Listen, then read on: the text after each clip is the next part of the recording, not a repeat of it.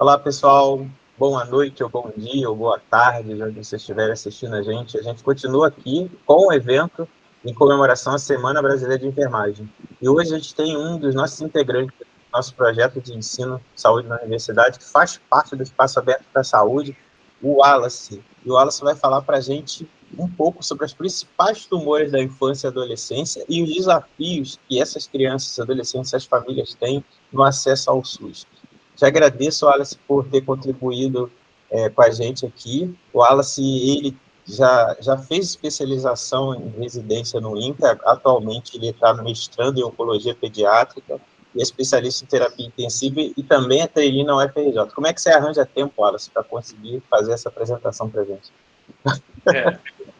A gente vai adequando aí, né? Vai organizando, gerindo o tempo que a gente não tem, né? Vai dando um jeito. Então vamos lá, pode ficar à vontade, a palavra é com você. Não esqueçam depois, pessoal, de se atentar à lista de presença e deixar as perguntas para o Wallace lá nos comentários do joinha. Vamos lá, Wallace, pode ficar à vontade. Bem, pessoal, como já falado antes, bom dia, boa tarde, boa noite. Agradeço, Jorge, mais uma vez, poder estar contribuindo com o evento científico, uma palestra, né? E, enfim, sou enfermeiro, fiz residência no INCA, como o Jorge já falou, e atualmente eu sou mestrando, né? Minha linha de pesquisa na área de epidemiologia, na oncologia pediátrica. Bem, então, os objetivos do nosso encontro hoje vai ser: a gente vai entender um pouco o câncer como problema de saúde pública e os impactos tanto no Brasil quanto no mundo, os aspectos fisiopatológicos de modo bem básico e epidemiológico do câncer infanto-juvenil, os fatores de risco para o câncer infanto-juvenil, saiu errado ali, diferença entre câncer infanto-juvenil e adulto, a sobrevida e as principais neoplasias na infância e adolescência e a dificuldade de acesso aos serviços de saúde. Bem, então, para a gente começar falando, o câncer ele é o principal problema de saúde pública no mundo. Por quê? É uma das principais causas de morte, seja em adulto ou em criança, perdendo atualmente, né, ocupa o segundo lugar, só perde para as doenças cardiovasculares. Isso se torna uma das principais barreiras para o aumento da expectativa de vida em todo mundo, justamente porque quando a gente pensa, né, quando se lança mão de políticas públicas para aumentar a expectativa de vida, embora atualmente a expectativa de vida é muito maior do que a cada ano que passa vem aumentando, sempre quando se pensa no câncer, se torna uma barreira, justamente porque o câncer ele não dá aviso, né? Embora alguns possam até indicar, mas são raros os casos. Então tem um impacto na incidência e na mortalidade. Lembrando que a incidência são os novos casos, né? E o câncer é uma doença que causa, que tem um potencial, né, de mortalidade muito grande e tem aumentado cada vez mais. E isso se dá devido às transições demográficas e epidemiológicas. Quando a gente fala de demográfico, o número de idosos, né, lembrando que a principal faixa etária dos cânceres são os idosos, e os idosos vêm aumentando o número de idosos. Consequentemente, ou melhor, em contrapartida, está tendo uma diminuição do número de nascidos, né? E também da mortalidade infantil, ou seja, temos muitos idosos e menos pessoas nascendo. E também tem a transição epidemiológica, porque quando a gente vê antigamente, as doenças infecto-parasitárias, elas eram a principal causa de morte. E atualmente passou a ser as doenças crônicas, não transmissíveis.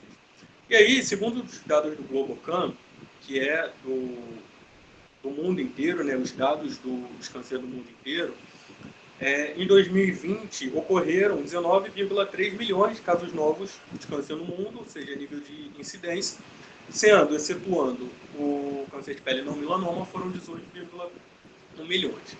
E segundo o INCA, as estimativas para o próximo triênio, 2023-2025, são de 704 mil novos casos e 483 mil se excluir os cânceres de pele não melanoma. Bem, Então, o que é o câncer, né? É um termo que abrange mais de 100 tipos diferentes de doenças malignas. Ou seja, o câncer não é uma doença só. O câncer são vários tipos de doença. Então, elas têm em comum uma proliferação desordenada, ou seja, a célula, uma vez que ela sofre uma mutação, ela começa a se duplicar, se multiplicar de modo desordenado, pouca diferenciação, ou seja, quando a gente fala de célula com pouca diferenciação, o mecanismo dela não é igual, digamos assim, daquele que aquele tecido deveria ter. Então, isso é pior, né?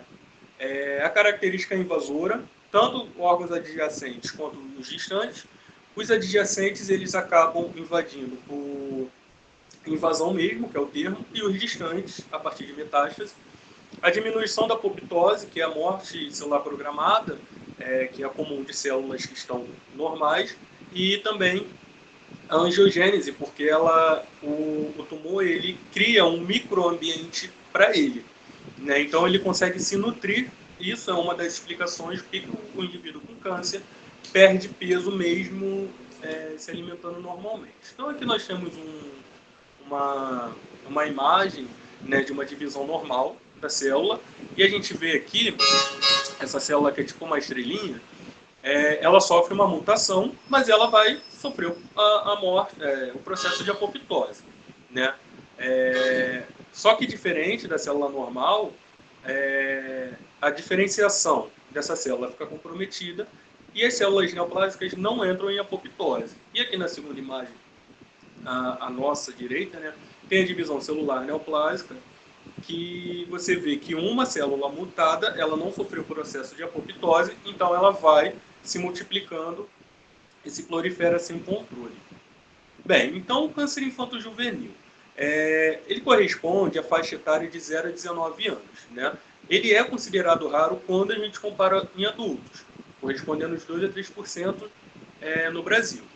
Tem uma tendência que o câncer em crianças e adolescentes tenha menores períodos de latência. Por quê? Um indivíduo adulto, quando ele sofre uma mutação, aquela mutação ela tende a ir se desenvolvendo durante muitos anos. E por quê? Porque no adulto, o câncer ele vai se desenvolvendo pelos fatores ambientais. Ou seja, se o indivíduo fuma e tem uma mutação celular ou é exposto a sol, aquela exposição frequente vai aumentar o risco de desenvolver câncer. A criança não. A criança ela já tem muitas das vezes fatores genéticos, então ele não precisa da influência do ambiente para que se desenvolva nessa doença. Então, a característica da neoplasia na infância é de ter um crescimento mais rápido, de ter uma característica de ser mais invasivo, só que células que se desenvolvem muito rápido, neoplasias que se desenvolvem rápido, elas também têm uma tendência a responder melhor à quimioterapia. E aí, aqui eu trago só um gráfico, não vou aprofundar, que segundo, né, os dados do INCA, que as estimativas para 2003, lembrando que quando a gente faz as taxas para criança, a gente fala por milhão, a gente não fala por 100 mil. Né? Então, o total, de acordo com todas as regiões, é de 7.930 casos, sendo a taxa bruta de 134 casos por milhão. Né? E, atualmente, depois de 2020, né, o câncer ele veio se tornar a principal causa de morte em criança no Brasil, perdendo, como acaba ficando confuso quando a gente fala assim, a principal causa, mas é a principal causa por doença, porque a principal causa de morte na infância continua sendo as causas externas, acidentes, broncoaspiração, dentre outros, mas a principal doença que causa morte é o câncer. Bem, então, quando a gente aí as pessoas perguntam, mas se a criança ela não, um bebê desenvolve câncer, ele foi exposto a fatores de risco, tem como isso?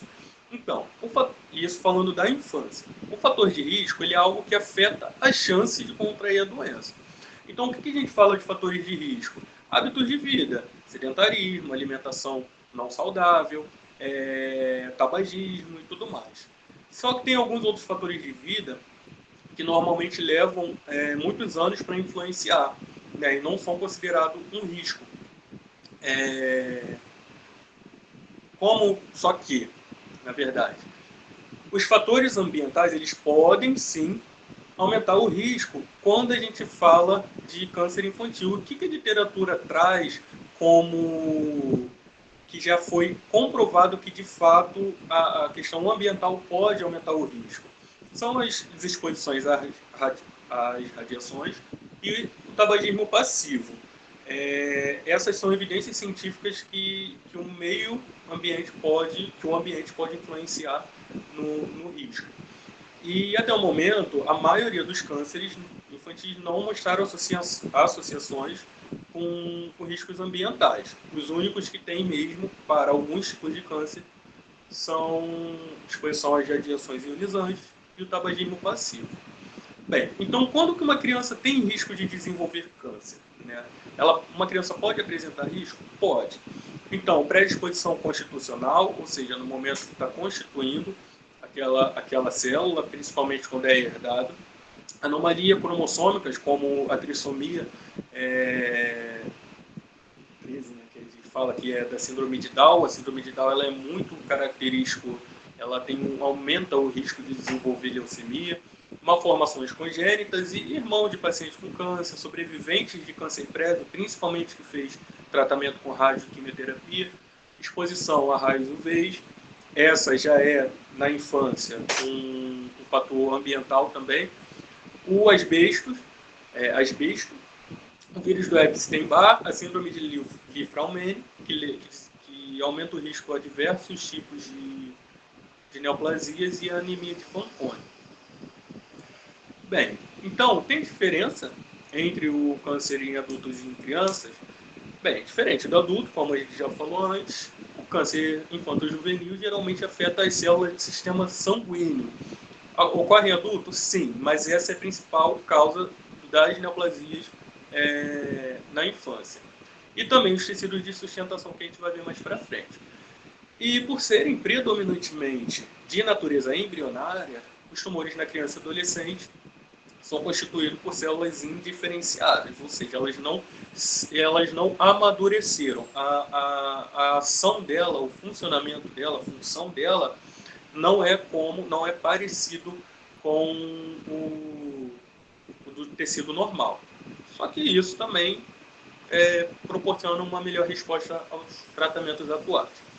Então, no adulto, geralmente, é a questão ambiental, que leva à mutação celular e uma evolução lenta e gradual. Já nas crianças, o sistema, né, as células delas estão imaturas, ocorre ali uma rápida multiplicação e, consequentemente, uma maior agressividade. E aí, o que dizem as pesquisas a respeito da sobrevida das crianças? Então, a última estimativa do INCA, que foi sobre câncer na infância e adolescência, em 2016, a sobrevida no Brasil de 0 a 19 anos era de 64%.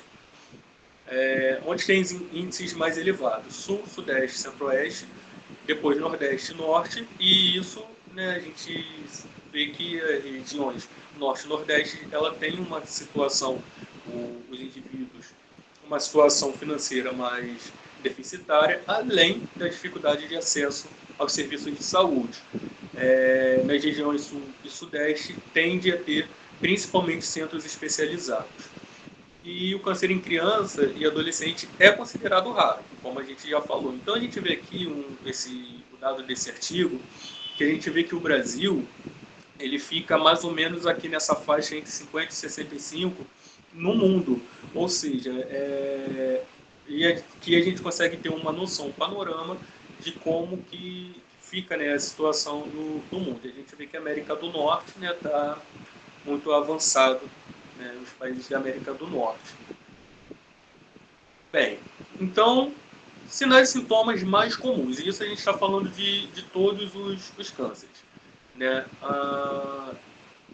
O grande problema de muitos sinais é que eles são muito parecidos com as doenças comuns da infância. Por exemplo, uma criança que tem está com dor, né, no osso, ele vai, na fase de crescimento, vai a médicos que não são especialistas, não desconfiam, e o médico vai falar o quê? É um estirão, é o crescimento ósseo.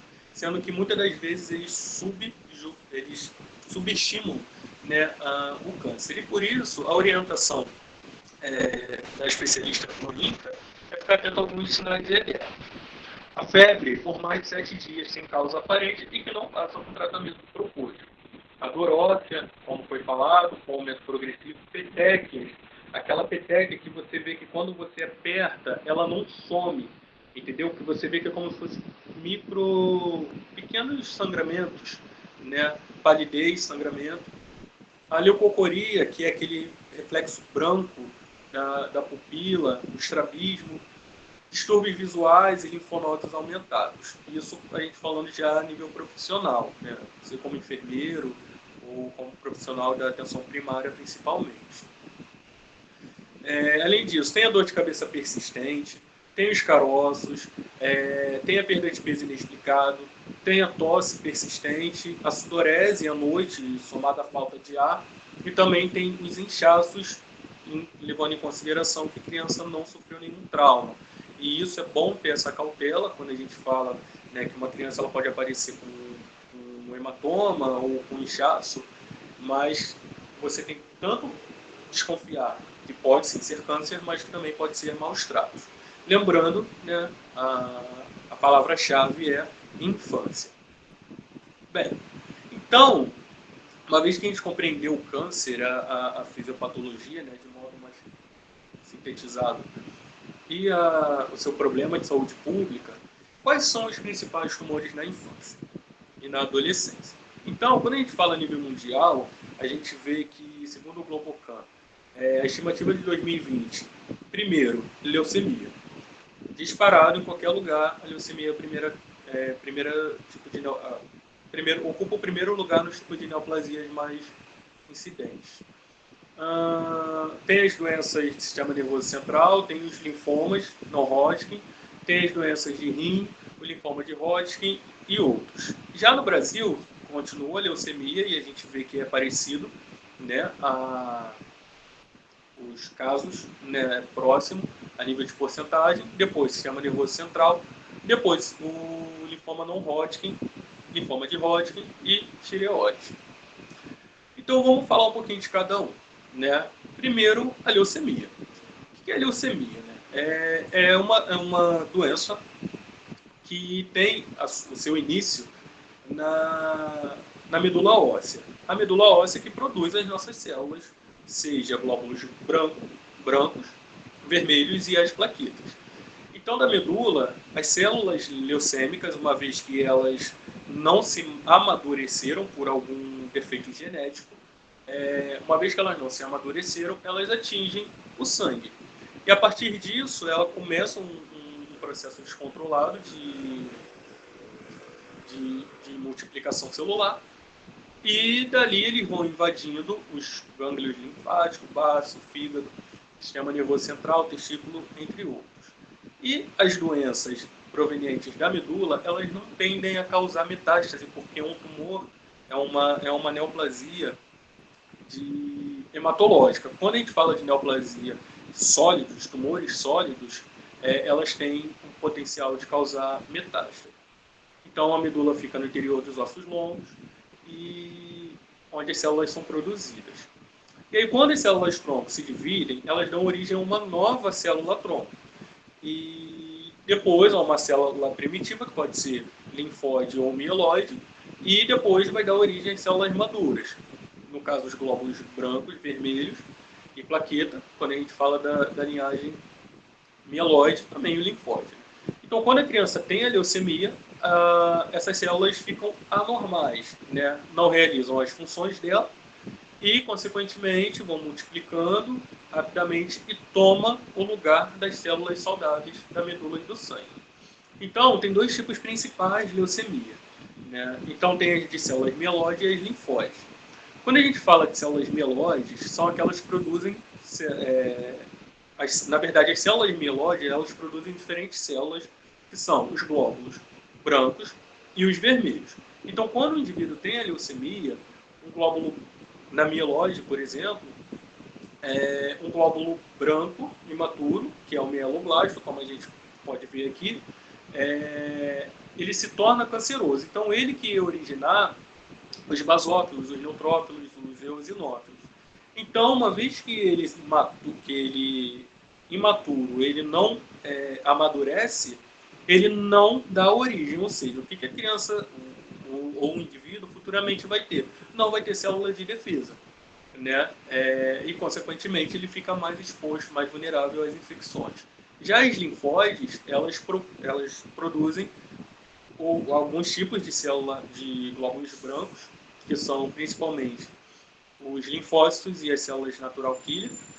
E quando o indivíduo tem a leucemia, o glóbulo branco imaturo, isso daqui, só repetir, basicamente é o mesmo mecanismo, tá? Essas células provenientes do linfócito também não vão conseguir exercer a sua função normal. Isso daqui eu tive um problema no slide. Então, bem, primeiro de tudo, leucemia linfóide aguda. Corresponde a 75% dos casos da leucemia de criança e adolescente. Ela não tem relação com hábitos de vida da criança. Na verdade, são alterações genéticas. É mais comum na infância, e o seu pico fica entre 2 e 5 anos. É mais comum em crianças hispânicas brancas do que nas negras, né? E segundo a Associação Brasileira de Leucemia, se ela for tratada adequadamente, ela tem uma sobrevida maior de 90%, né? Ou seja, tem uma alta probabilidade de cura. E aí, só que por ela ser aguda, ela vai se desenvolvendo muito rápido. E o diagnóstico precoce é fundamental. Se dá a partir do hemograma completo. Como que eu faço, como que é feito esse diagnóstico, né? A partir do hemograma completo, o esfregaço sanguíneo periférico, para ver se tem blasto no sangue, o exame da medula óssea, para ver como que está a condição daquela medula, os histoquímicos, que já são mais caros, citogenética e imunofenotipagem. E os sinais e sintomas da leucemia aguda linfoblástica, né? Ela pode se manifestar desde alguns dias da semana até alguns dias até semanas antes do diagnóstico. Lembrando que as principais leucemias, que são as linfóides e a mieloide, quando a gente fala, esses sintomas que a gente vai falar agora são da linfóide. Então, seria a anemia, né, que é a fadiga, a fraqueza, a palidez, mal-estar, são sintomas de anemia como um todo. A trombocitopenia, né, que é a baixa de plaquetas, então a criança pode ter sangramento, hematomas muito fácil, hematúria também pode acontecer, vômitos com sangue, ou epistaxe, por exemplo, e a granulocitopenia, ou a neutropenia, aumentando o risco dessa criança de ter infecção. Quando a gente fala do segundo tipo de leucemia mais comum, é mieloide aguda, né? Então, é o segundo mais comum, corresponde a 15% dos casos, já em adultos, corresponde a 80%. Então, essa é o tipo de leucemia mais comum em adultos, mas é a segunda mais comum na infância. É tipicamente um câncer de crescimento rápido, tá? E um dos seguintes tipos de células ou pode ser o mieloblasto, que produz os granulócitos, o monoblasto, o eritroblasto ou o megacardioblasto, que futuramente vão ser as plaquetas. E aí, entre os fatores de riscos associados ao desenvolvimento da leucemia mieloide aguda estão os distúrbios genéticos, como a anemia de Fanconi e a síndrome de Down. O paciente com síndrome de Down tem um grande risco de desenvolver a leucemia mieloide aguda. É praticamente igual entre meninos e meninas, tá? E os principais sintomas se assemelham aos da leucemia linfóide aguda, que são a anemia, a baixa de plaqueta e de neutrófilos. O terceiro tipo mais comum de cânceres de neoplasia são os tumores do sistema nervoso central.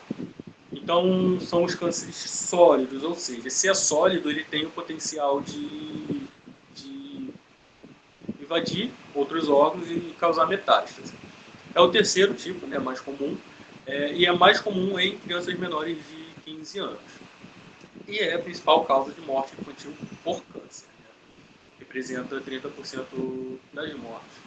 E aí, a causa, né, dos tumores do sistema nervoso central ainda é desconhecida, mas existem na literatura cientificamente comprovado que as radiações e síndromes genéticas são os principais fatores de risco.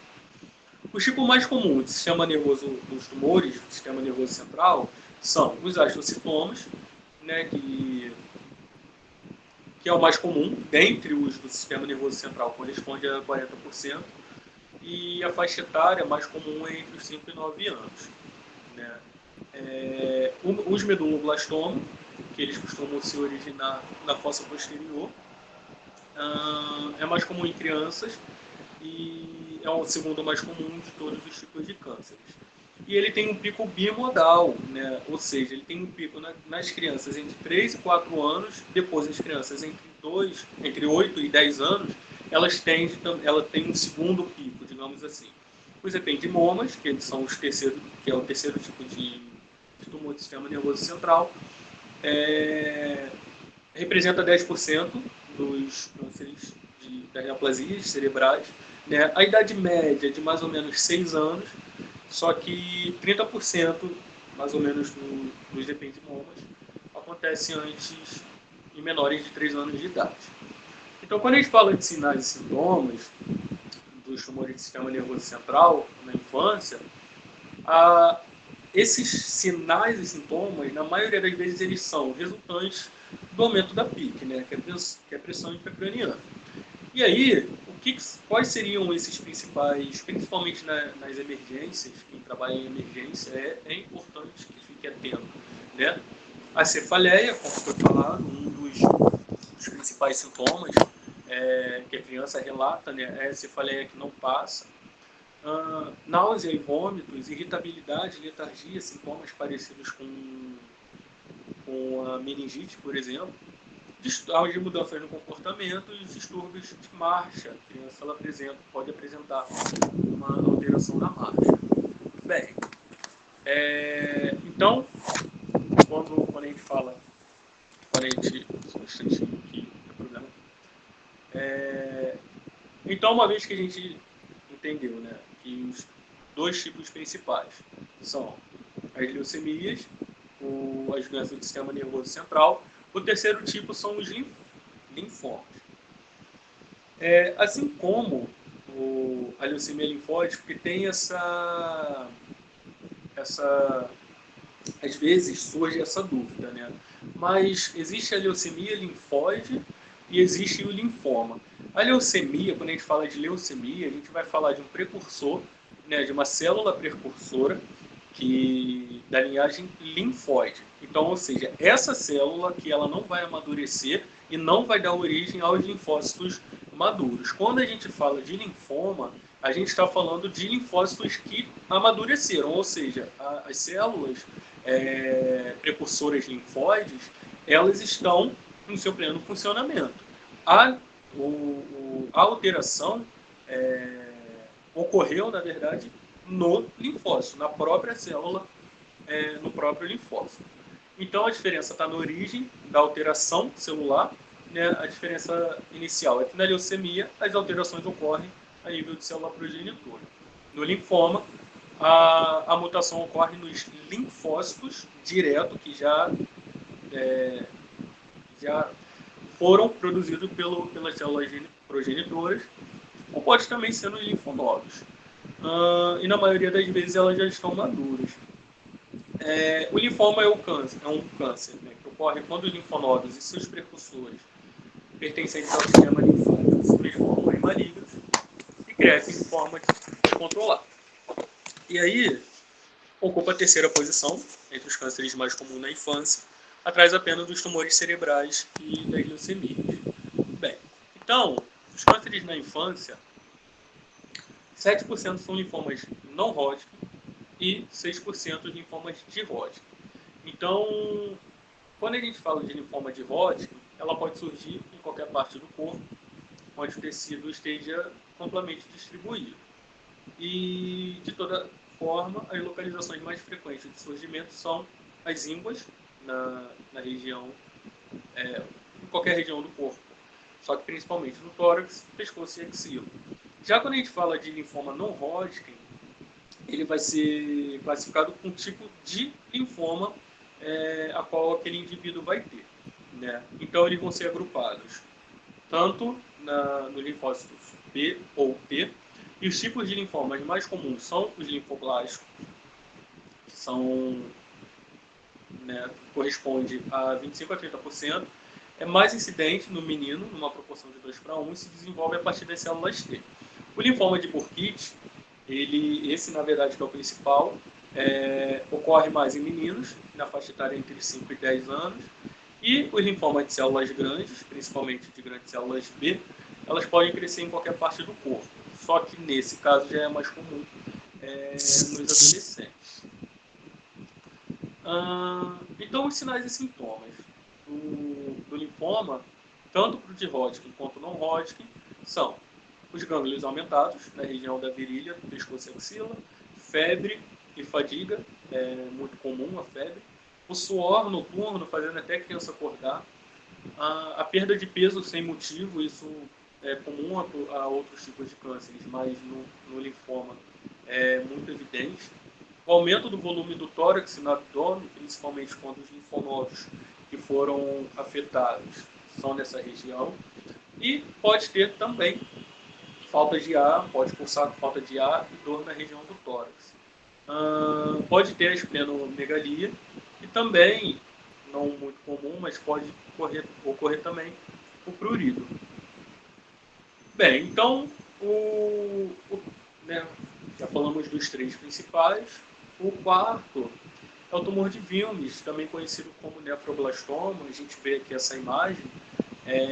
Isso aqui é um bebê e você vê uma das principais características do tumor de Wilms é o aumento, uma massa abdominal que é muito evidente. Então é um tipo de câncer raro no rim e geralmente atinge as crianças de 2 a 5 anos mais ou menos. Só que quando a gente fala apenas dos tipos de cânceres renais, esse é o mais comum, né? A gente vê aí também casos de carcinoma, mas não é o segundo ou terceiro, a depender do local. Então, quando é diagnosticado no estágio inicial, o tumor de Wilms tem até 95% de cura.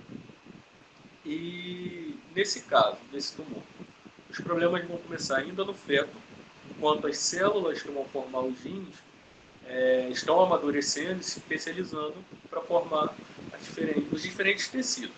Só que quando o bebê nasce, alguma dessas células continuam se desenvolvendo e amadurecendo. A criança que sofre de Wilms, essas células não amadurecem, ou seja, elas permanecem indiferenciadas. E aí elas vão se reproduzindo, ou seja, elas não maturaram, elas não têm a sua função parecida com as outras, porque quanto mais diferenciada ela for, mais parecido com a função normal ela vai ter, então elas se tornam indiferenciadas. Quanto mais indiferenciada, menos a função daquele tecido ela vai realizar e mais rápido ela vai se multiplicar. Então, o primeiro sinal do tumor de Wilms é um nódulo que a criança não questiona, não relata dor, né? Mas aí os pais eles observam que tem uma tumoração ali. E aí o abdômen pode aumentar e os pais geralmente notam quando precisam usar fraldas maiores. E as crianças podem também ter dor abdominal, não é tão comum. Pode ter febre, né, porque como resposta inflamatória. Pode diminuir o apetite, porque começa a comprimir os órgãos do trato gastrointestinal. Pode ter náusea e vômitos também pelo mesmo motivo. Tem sangue na urina de algumas crianças, pode ter também, porque é um tumor renal. E o resultado em geral é melhor em crianças que são mais novas, quanto mais nova, melhor o resultado, e isso logo se explica o porquê do diagnóstico precoce. Elas têm células cancerosas com um aspecto anormal quando o tumor é examinado ao microscópio, ou seja, quanto mais indiferenciado, embora seja mais agressivo, é mais fácil de diagnosticar e determinar o tratamento. E também, obviamente, o tumor que não tenha se espalhado, lembrando que também é um tumor que não é um tumor hematológico, é um tumor sólido, então tem risco de metástase. Bem, o próximo são os tumores de células germinativas, né, que podem ser benignos ou malignos, e são derivados das células primordiais. Elas podem ocorrer tanto nas gônadas, que são o testículo e os ovários, como fora dos testículos e ovários. Então, a nível de explicação, né, elas podem, esses tumores, eles podem viajar para fora do sistema reprodutivo. Não necessariamente ele vai ficar ali. É como se fosse uma metástase propriamente dito. Ela alcança o sistema sanguíneo ou o sistema linfático e pode formar os tumores. Então, quando eles são fora do testículo e dos ovários, são os extragonodais. E aonde que eles tendem a se implantar? São nas regiões de sacrococcígeas, atrás do peritônio, na região do mediastino e também até na região do sistema nervoso central. As outras são mais raras e representam 3% mais ou menos dos tumores malignos em crianças e adolescentes e são considerados raros na infância. Já na adolescência, os tumores, tanto ovariano quanto testiculares, costumam ser mais presentes quando a gente compara com as crianças, ou seja, é um tipo de tumor mais comum da adolescência. Pode representar aí mais ou menos 14% dos tumores malignos na faixa etária. E tem algumas síndromes que são herdadas, né, que pode aumentar o risco de desenvolver um tumor, como a síndrome de Klinefelter, a síndrome de Swyer e a síndrome de Turner. Tem como fator de risco, no caso dos meninos, já tem um fator de risco evidenciado, que é a criptorquidia, que a criança, o menino, né, naturalmente na infância, o testículo tende a ficar mais na região mais próxima ali da região da cintura, da região pélvica, e a criptorquidia é quando não desce, né, esse testículo. Então a criança que ela tem essa decídua não ocorre, aumenta a incidência de 20 a 40 vezes. E o próximo é o hepatoblastoma, que é o tipo mais comum de tumor no fígado em crianças, só que lembrando que é um tumor primário, né? Então, quando a gente fala de tumor primário, é literalmente que a primeira mutação ocorreu ali. Quando a gente fala, por exemplo, de tumores ósseos, o tumor ósseo ele tende a ser um tumor primário, mas a metástase para pulmão, por exemplo, que é o principal local, ele é uma implantação desse tumor primário. Mas não necessariamente aquela criança ou aquele indivíduo desenvolveu câncer de pulmão. Não, ele na verdade desenvolveu câncer ósseo que alcançou os pulmões. E isso, como que a gente sabe que é um tumor primário que foi parar no pulmão? Porque quando faz uma biópsia, justamente você vê a célula do osso lá no pulmão. Então é assim que se determina se é um câncer primário daquele sítio ou se é um câncer, um segundo primário ou, no caso, uma metástase. E aí é mais comum abaixo dos 3 anos e depois de 5 anos tende a ser mais raro. É mais comum nos meninos, né? E tem atualmente com as terapias 70 a 80% de chance de cura, né? Obviamente se descoberto no início. Por ser maligno, ele pode causar metástase, como a gente tinha falado. Também, o principal sítio de metástase são os pulmões. As causas, né, de acordo com a literatura, as causas mais comuns são relatos de hepatite e maus hábitos durante a gestação. E o que seriam esses maus hábitos da mãe? O tabagismo e o uso de álcool. Tem um outro fator predisponente, que é a prematuridade. Só que a prematuridade não é só um fator que predispõe ao hepatoblastoma. Tem algumas outras neoplasias que têm essa predisposição, né, nas crianças que são prematuras. E os sinais vão variar em cada criança, vai depender da extensão do tumor, se tem metástase ou não, se essa metástase é à distância, né? E no geral, vão ser os sintomas: a perda de peso sem motivo conhecido, isso comumente na maioria dos cânceres, o vômito, a náusea, a perda de apetite, a icterícia, obviamente, a gente está falando de uma doença que afeta o fígado, e a febre. E aí agora, a gente vai falar dos tumores músculo-esqueléticos, né? Que acabou saindo o título do rabdomiossarcoma, mas são músculo-esqueléticos. Então, os tumores malignos, músculo-esqueléticos, primários, representam de 5 a 10% das neoplasias que mais acometem as crianças e também os adolescentes. São vários tipos de tumores malignos primários. Então, nós temos os osteosarcomas, que são os mais comuns, o sarcoma de Ewing, o condrosarcoma, o fibrohistocitoma, o adamantinoma, e dentre outros. E aí, os tipos mais comuns na infância são os osteosarcomas, os sarcomas de Ewing e o rabdomiossarcoma. E aí, só um instantinho.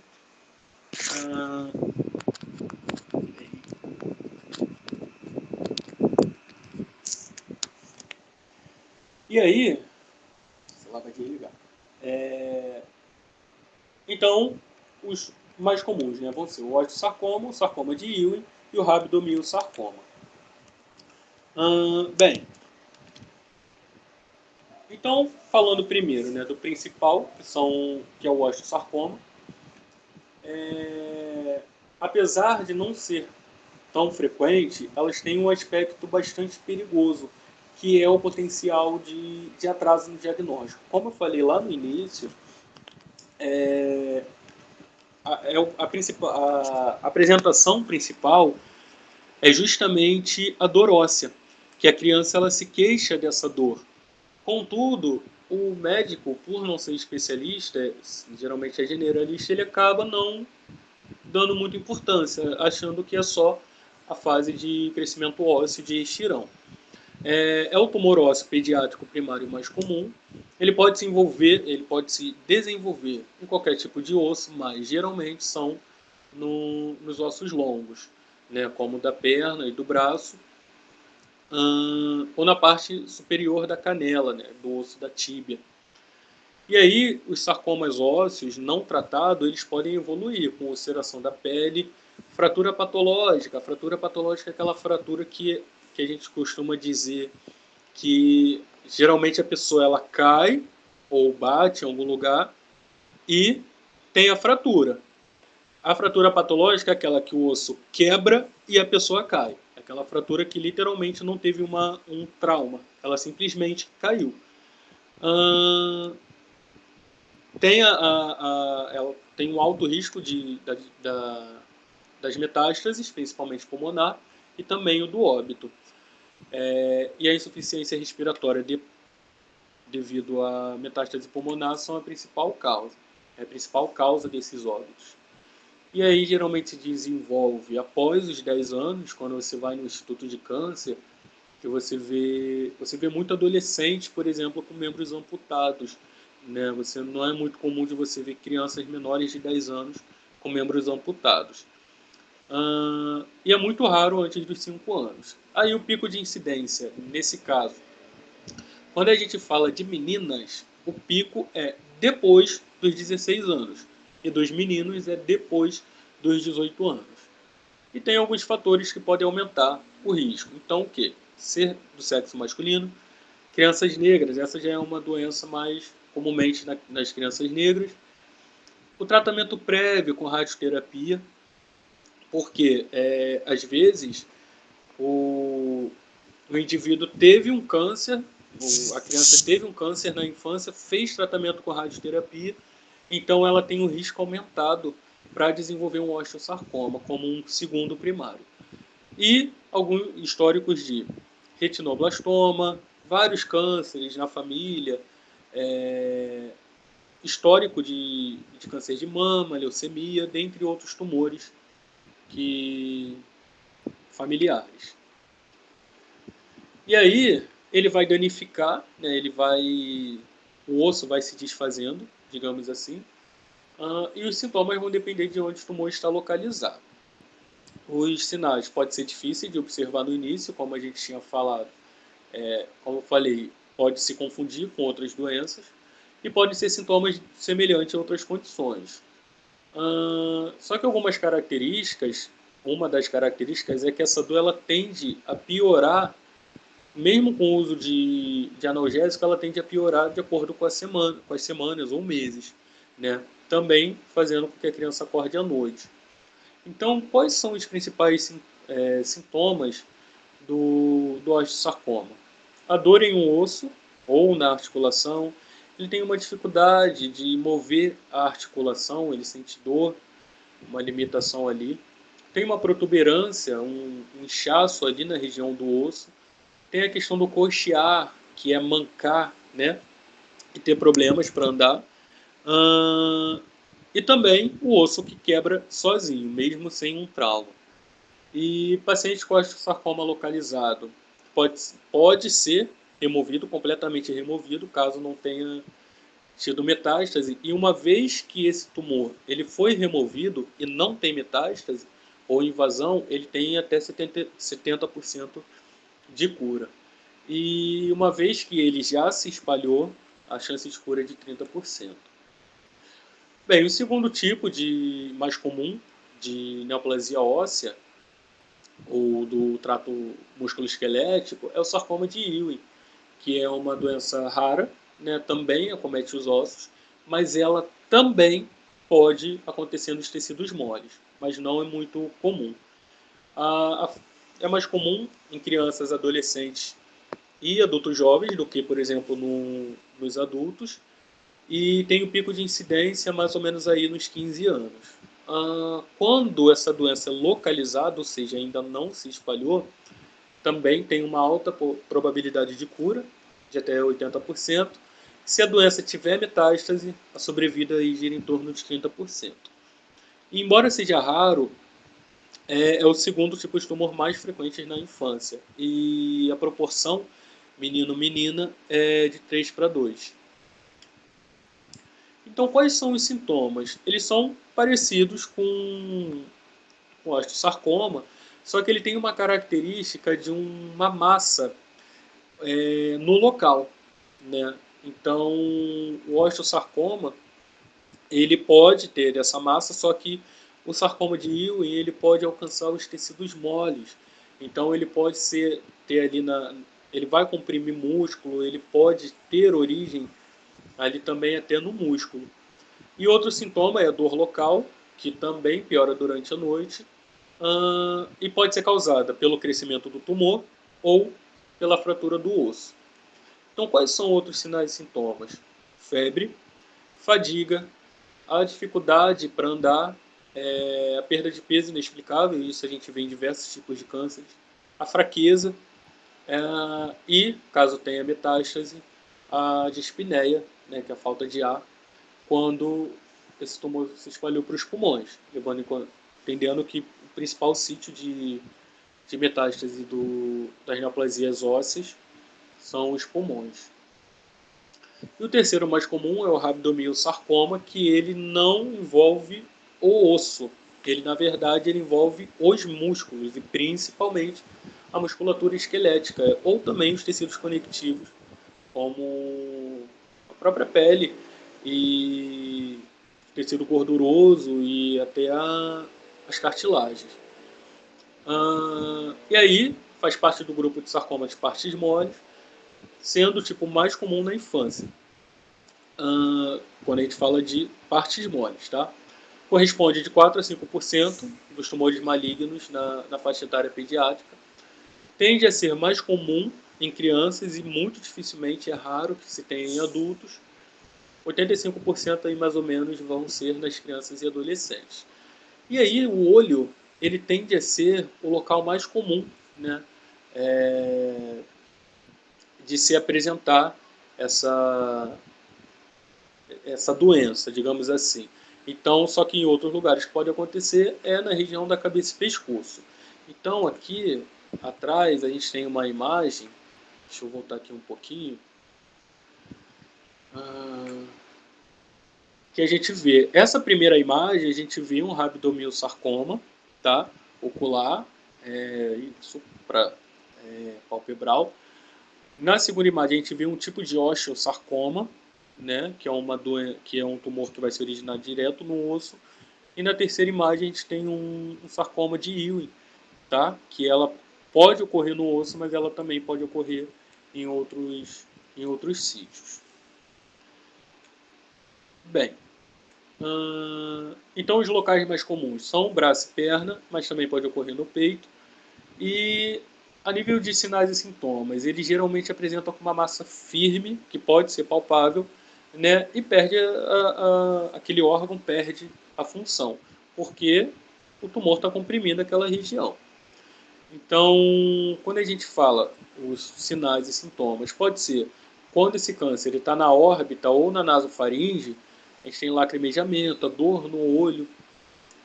Quando é na nasofaringe, a criança pode desenvolver congestão nasal, alteração na voz, secreção com pus. Se for no trato geniturinário, é dor abdominal, tem a massa abdominal palpável, né, e ela apresenta dificuldades para urinar, e também pode ter sangue na urina. Quando a gente fala dos membros, né, ela tem aquela massa firme bem característica e pode ocorrer aí as disseminações, né, que na verdade elas são até frequentes. Bem, então esses são os tipos de cânceres mais comuns na infância, né? Tem alguns outros tipos, mas esses são os principais. E então agora a gente vai falar um pouquinho sobre as dificuldades para acessar os serviços de saúde, né? Seja a nível de diagnóstico, né? Ou seja a nível de início de tratamento. Então, o diagnóstico, quando a gente fala de diagnóstico tardio, né? As dificuldades para acessar o centro de tratamento e abandono de tratamento trazem inúmeras consequências desfavoráveis. Isso, obviamente, no câncer como um todo, mas quando a gente fala de câncer infantil, a gente viu que a maioria dos cânceres elas têm uma alta chance de cura. Então, quanto antes diagnosticado, melhor para essa criança.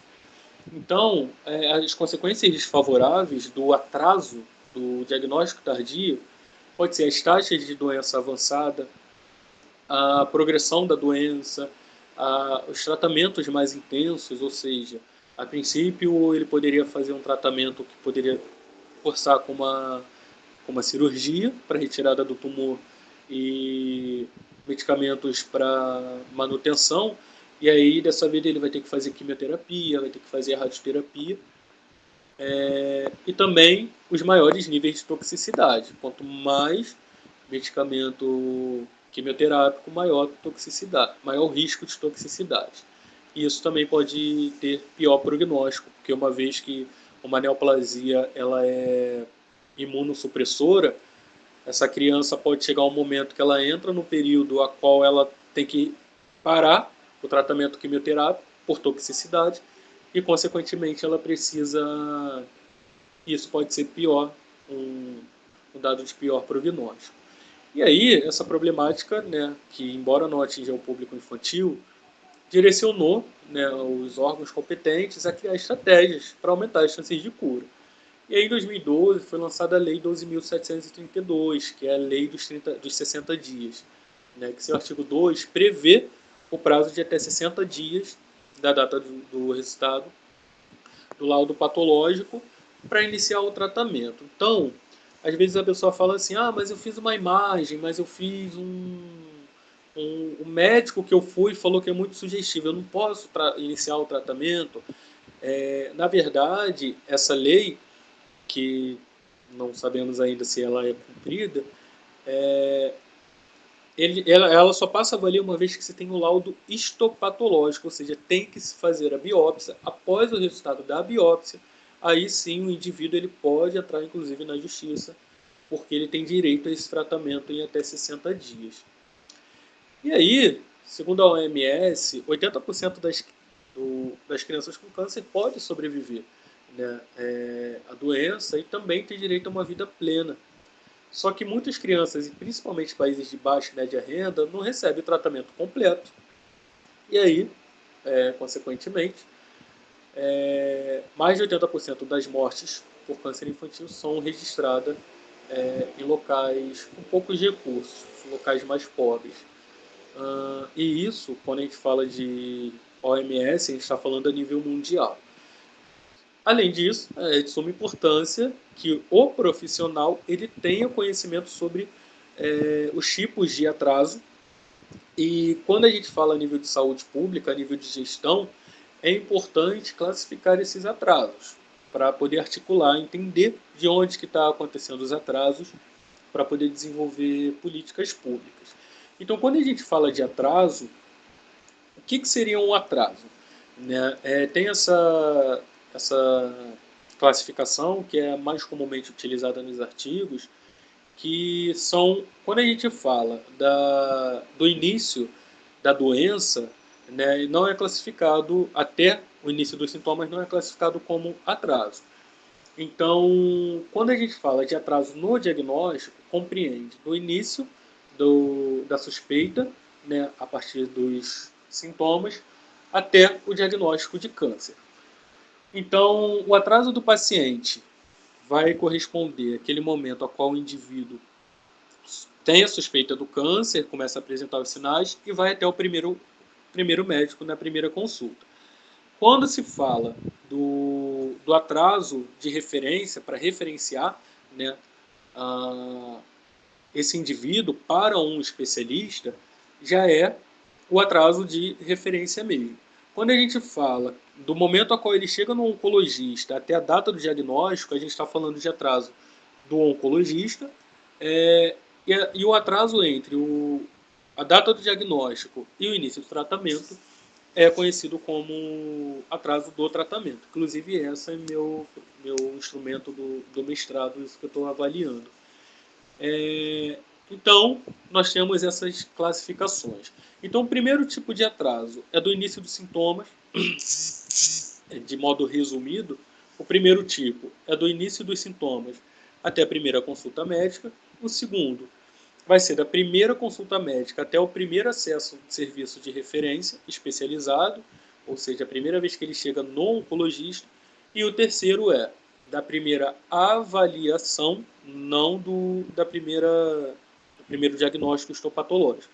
É da primeira avaliação até o tratamento específico. Então, quais são os desafios para realizar um diagnóstico precoce? A raridade da doença nessa faixa etária. Criança, é muito comum a gente falar assim, criança não tem câncer, criança não pode ter câncer. Então, os médicos, os pediatras, médicos clínicos, pediatras clínicos, né, gerais, e os médicos de família, muitas das vezes as crianças elas vão aos postos de saúde, aos postos e às emergências, e o médico pensa em qualquer coisa menos em câncer. Né? Por quê? Justamente porque os sinais eles são muito parecidos com os das doenças comuns da infância. Então a criança ela pode chegar com tosse, com febre, com dor. Então vai se suspeitar de infecção viral, infecção bacteriana, estirão ou até pneumonia, mas não vai suspeitar de câncer. A dificuldade na aceitação. Quando a gente fala de adolescente, né, a adolescência é um período de transição. Então, vários estudos, a maioria dos estudos trazem que um dos principais fatores de risco para o atraso no diagnóstico é justamente a idade. Então, na adolescência, quando o indivíduo se vê diante do diagnóstico de câncer, vai começar um processo para investigar, definir qual é de fato o diagnóstico, e isso é demorado. Exige, né, que se façam vários exames e isso leva a uma mudança drástica na rotina. E isso vai gerar interrupções tanto de plano, afinal é um adolescente, e também vai influenciar direto na sua independência. Tem as desigualdades regionais, ou seja, a dificuldade a qual o indivíduo encontra, principalmente relacionada à distância, tá? Muitos lugares não tem centro, que a gente chama, tem os centros, que são os CACONs, que são os centros especializados em oncologias, e as unidades de oncologias que tem em diversos lugares do país. Então, muitos dos lugares, eles não são... Essa criança vai no posto de saúde ou vai numa emergência, o médico até suspeita, mas até essa família conseguir acessar esse hospital, conseguir acessar esse nível, né, secundário, digamos assim, é muito longe, demanda idas e vindas diversas vezes, demanda dinheiro, demanda tempo, porque os pais trabalham, não tem com quem deixar os outros filhos, porque muitos têm irmãos. Então, essa desigualdade regional é muito vivo, né? Tem um impacto muito grande, né? Então, e aí uma outra questão importante é que muitas das vezes os pais eles vivem indo em médicos que são clínicos gerais e de várias especialidades que os próprios médicos encaminham, né? Vai no alergista, vai no ortopedista, mas na verdade ele só está indo, peregrinando por aí, mas não encontra um médico específico. A capacidade diagnóstica, isso daqui tem a ver com o domínio do profissional de saúde, né? Então, ocorre muito a avaliação médica incorreta e, consequentemente, tratamentos eficazes, e isso é perigoso, né? Por quê? Uma vez que o indivíduo, que, digamos assim, por exemplo, um linfoma, que pode apresentar alguns tipos de manifestações emergenciais, como a síndrome de compressão, síndrome de veia cava superior, perdão, um dos tratamentos que se institui é o quê? O uso de corticoide. Então, pensa numa criança que está diante de um linfoma, por exemplo, diante de uma síndrome de veia cava superior e não recebe e está recebendo corticoide. Na verdade, ele vai mascarar aquela doença. Então, o médico ele tem que ter uma capacidade diagnóstica, né, um bom exame físico para poder realizar esse diagnóstico de um modo efetivo. Então, um dos desafios são as avaliações incorretas e os tratamentos ineficazes. E com isso, né, tem família, quando tem condições, elas procuram serviços médicos particulares. E esse cenário ele vai evidenciar que os profissionais da saúde eles têm que saber evidenciar os sinais de alerta, né, do câncer infanto-juvenil. Tem o diagnóstico e tratamento prévio inadequado, né, que pode diminuir, ou até mesmo, como eu falei, do caso do corticoide, pode diminuir ou mascarar os sinais e sintomas.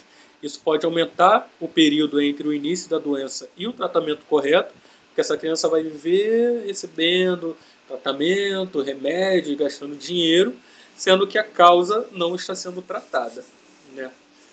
A questão de renda, obviamente, os pais eles têm essa dificuldade de acessar os centros especializados e muitas das vezes o pai isso a gente já fala mais quando se diagnostica, mas às vezes pode ser uma hipótese diagnóstica que já faz aquele pai ou aquela mãe se ausentar do trabalho, ou ter que pedir afastamento, ou ter que ficar pedindo licença. Isso tem um impacto direto na renda familiar.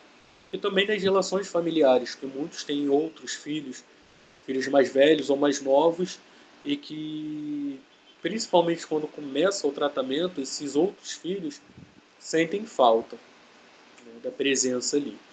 Tem o subtipo de câncer, por exemplo, as doenças hematológicas e ósseas, elas determinam tecnologias duras, difíceis de serem disponibilizadas. São, como a gente falou, a imunofenotipagem é caríssimo, entendeu? Não é qualquer lugar, principalmente no SUS, que faz testes genéticos para saber, dentre outras coisas, até a própria cintilografia óssea e ressonância. Uma ressonância magnética, por exemplo, não é qualquer lugar, né? Então, o subtipo do câncer se torna um desafio para realizar esse diagnóstico precoce e também o nível de instrução dos pais. O que isso quer dizer?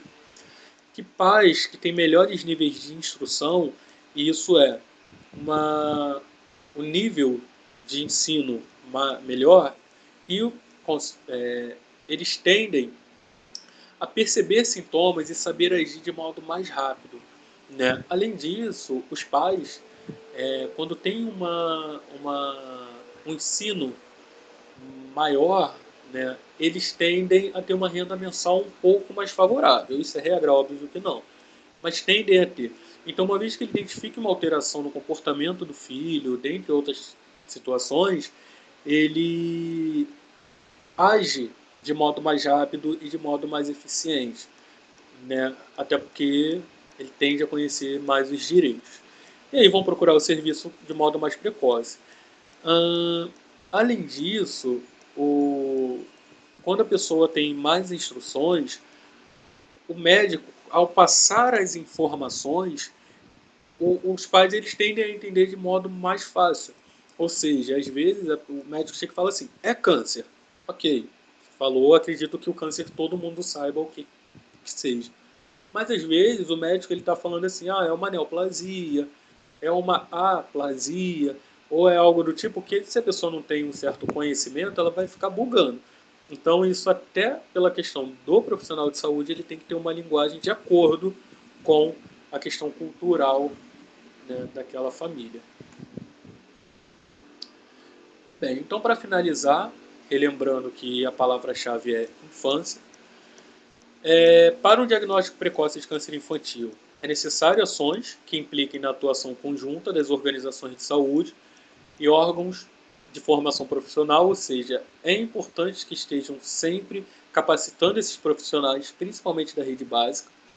É indispensável que o SUS responda à necessidade da população em todos os seus níveis, ou seja, aí que ela esteja, que toda a população consiga esse tratamento, esse acesso, minimamente o acesso às modalidades de assistência e aos diferentes tipos de tecnologia. De que adianta no Rio de Janeiro o indivíduo vir ao Rio de Janeiro, morar aqui, né, e ter logo ali uma clínica da família, logo depois ela vai fazer um tratamento, um exame nos próprios hospitais ou nas clínicas que tem aqui no Rio de Janeiro, mas quando você vai ver lá para dentro, no centro-oeste, no norte, o indivíduo tem que viajar, às vezes, para outro estado para poder realizar uma coleta de sangue, fazer um exame que necessite de uma tecnologia mais dura.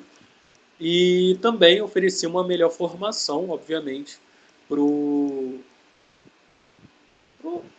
funcionários. Os profissionais, eles devem, além de atuar em equipe, ou seja, não pode simplesmente chegar e falar, é o médico. Você tem que saber, é o médico, mas vai precisar de fisioterapeuta, e como é que está a questão nutricional, vai precisar de fonoaudiólogo, e como é que está a questão psicológica dessa família, como que o enfermeiro vai estar ali do início ao fim. Então, como que o enfermeiro vai atuar para gerenciar o cuidado desse indivíduo? Então, tem que ser um cuidado de equipe multi, e também tem que ter um treinamento constante, porque somos seres humanos, a gente esquece, principalmente quando a gente fala de doenças que não são comuns. Não é qualquer clínica. Às vezes você fala com médico de família, com enfermeiro de família, ele vai chegar e vai falar que nunca referenciou um caso de câncer, por exemplo. Né? Então, é uma doença rara e a capacitação tem que ser constante. E também o acesso aos serviços ele tem que ser eles têm que ser melhor distribuídos no Brasil, né? Pois as famílias, de um modo geral, elas sofrem uma peregrinação muito grande. Elas têm que ir num hospital, elas têm que ir no outro, e vai numa cidade, vai numa clínica, vai em outra, quando na verdade, né, seria interessante que se instituísse um único órgão, um único local para para que seja realizado todas essas, né, as demandas necessárias. Bem, então é isso, né? Fica aí o meu contato para quem quiser entrar em contato. Muito obrigado, Wallace. E é isso. Desculpa aí algumas falhas no slide também aqui, porque hoje foi tudo no improviso. O que Mas enfim. importa é o conteúdo, né?